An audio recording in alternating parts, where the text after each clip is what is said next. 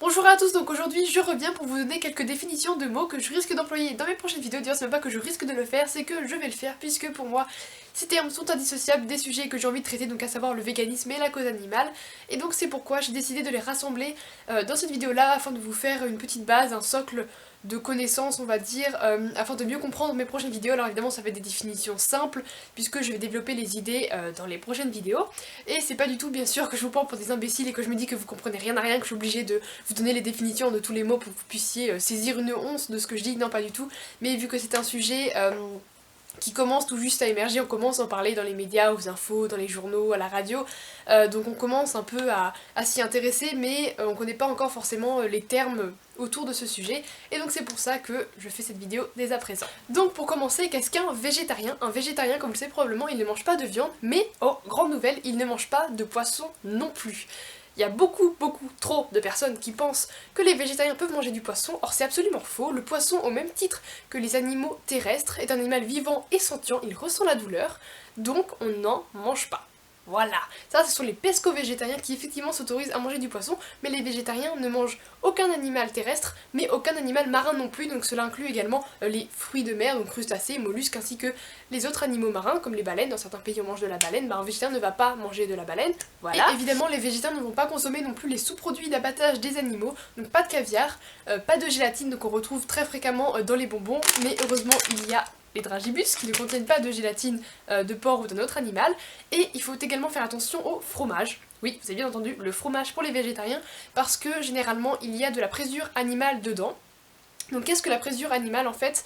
Pour faire du fromage vous avez besoin de lait, et vous avez besoin de faire cailler ce lait, donc il faut à cela ajouter un coagulant, et la présure animale en fait est extraite de la quatrième poche de l'estomac d'un jeune ruminant, donc soit un veau, un chevreau ou un agneau, donc qui a été abattu avant sevrage. C'est très sympathique, n'est-ce pas?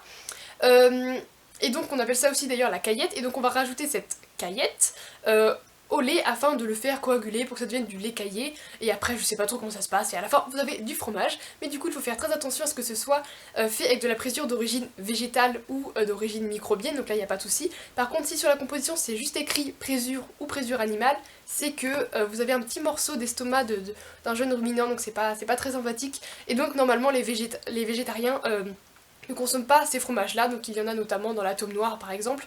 Voilà, donc faut vraiment faire attention, mais généralement c'est quelque chose qu'on sait pas. Moi quand je suis devenue végétarienne, j'ignorais ce fait, après je l'ai su, mais au début je ne savais pas et je mangeais du fromage. Donc parmi ces végétariens vous avez les lacto-ovo-végétariens, donc qui en plus des végétaux vont consommer du lait et des œufs, les lacto-végétariens qui eux vont consommer en plus des végétaux du lait, et les ovo-végétariens qui en plus des végétaux vont consommer des œufs. Il y a également les flexi-végétariens qui eux vont ne consommer qu'occasionnellement de la viande, donc s'ils sont invités chez des amis par exemple. Ensuite vous avez les végétaliens, aussi appelés végétariens stricts, qui eux ne consomment aucun produit issu d'un animal, donc pas de viande, pas de poisson, pas d'œufs, pas de lait, pas de miel, rien qui ne vient des animaux. Ensuite il y a les véganes qui eux dépassent le simple cadre de l'alimentation et vont étendre cette idée de n'utiliser aucun produit d'origine animale dans toute leur vie, donc ils ne vont pas porter de vêtements en cuir, en laine, pas de fourrure, pas de doudoune par exemple s'il y a des plumes d'oie à l'intérieur, ils ne vont pas utiliser de cosmétiques et de produits testés sur les animaux, et donc vraiment vont essayer de réduire au maximum leur empreinte sur la souffrance animale, donc évidemment indirectement on peut écraser des animaux, mais on va pas le faire de manière volontaire, et tant qu'on peut l'éviter, eh bien on évite, et donc évidemment un vegan est forcément végétalien. Qu'est-ce que le spécisme? Le spécisme est l'idéologie qui consiste à justifier l'exploitation des animaux par les humains sans aucun critère pertinent, c'est-à-dire qu'on va placer l'homme au-dessus des autres espèces, on va juger que sa vie est plus importante que celle des autres et qu'à ce titre il peut les exploiter pour ses propres intérêts, et donc ça va être de la discrimination à l'espèce. Donc par exemple un chien lui va être aimé, va être considéré comme un membre de la famille et va être pleuré à sa mort. Par contre le cochon lui peut être tué en masse pour un simple plaisir gustatif, il n'y a aucun problème, il va être tué dans la plus grande des indifférences, et donc ça s'appelle du spécisme, tout simplement parce que il n'y a aucun critère valable pour cette discrimination.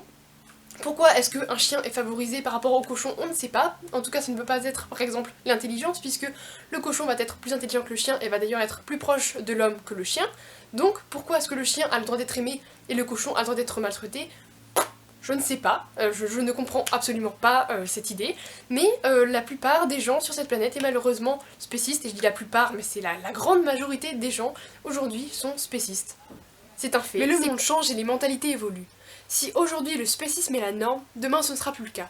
Cela va être, je l'espère, comme pour le racisme et le sexisme. Avant, considérer qu'un noir était inférieur à un blanc ou qu'une femme était inférieure à un homme était parfaitement normal et ancré dans la société. Le spécisme est à l'espèce ce qu'est le racisme à la couleur de peau ou le sexisme au sexe. On peut d'ailleurs résumer ces trois idéologies discriminantes par la même phrase réductrice, ce n'est que, ce n'est qu'un noir, ce n'est qu'une femme, ce n'est qu'un animal.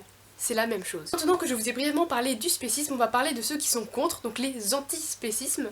Donc d'un côté nous avons les welfaristes et d'un autre côté les abolitionnistes. Donc pour commencer les welfaristes, donc ça vient de l'anglais welfare, donc bien-être, et donc eux sont pour l'amélioration des conditions de vie des animaux d'élevage, pour qu'ils aient une vie entre guillemets heureuse avant l'abattoir, mais ça sans jamais remettre en cause le système d'exploitation des animaux, donc c'est-à-dire qu'on va vouloir, donc comme je vous l'ai dit, améliorer leurs conditions de vie, donc par exemple plus de cochons en caillebotis, que des poules élevées en plein air, agrandir les cages, donc vraiment améliorer les normes de détention on va dire de ces animaux, mais sans jamais se dire que ah mais pourquoi est-ce qu'on les mange, on devrait arrêter de les manger. Non, là c'est vraiment juste basé sur le bien-être et pas sur l'idée même de l'exploitation des animaux. En revanche, les abolitionnistes sont, comme le nom l'indique, pour l'abolition de l'exploitation animale, mais au sein de ces abolitionnistes il y a deux façons de penser, donc d'un côté vous avez les abolitionnistes exclusifs et d'un autre côté les abolitionnistes inclusifs, aussi appelés les néo-welfaristes, donc eux sont évidemment pour la fin de l'exploitation animale, mais en passant par une évolution des normes pour le bien-être animal, donc par exemple la Monoprix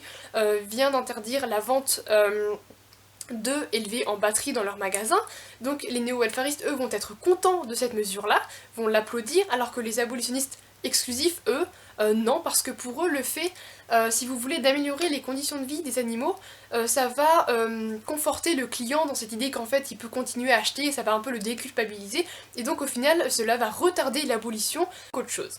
Il y a évidemment d'autres notions affiliées au véganisme et au mouvement de libération animale que je n'ai pas abordé dans cette vidéo là. Là j'ai simplement voulu faire au plus simple, mais si cela vous intéresse je pourrais vous mettre des liens en barre d'infos qui approfondissent les sujets. Également vous pouvez lire le livre Antispéciste d'Émeric Caron qui vient tout juste de sortir et qui fait en ce moment un carton, donc je ne l'ai pas fini, mais en tout cas jusque là je le trouve très intéressant, donc si jamais le sujet vous intéresse, donc voilà, à savoir le spécisme et surtout l'antispécisme, je vous invite à lire ce livre, pardon. Donc voilà, cette vidéo est terminée, j'espère qu'elle vous aura plu et un peu éclairé sur ce sujet, et moi je vous dis à la prochaine pour une autre vidéo. A bientôt!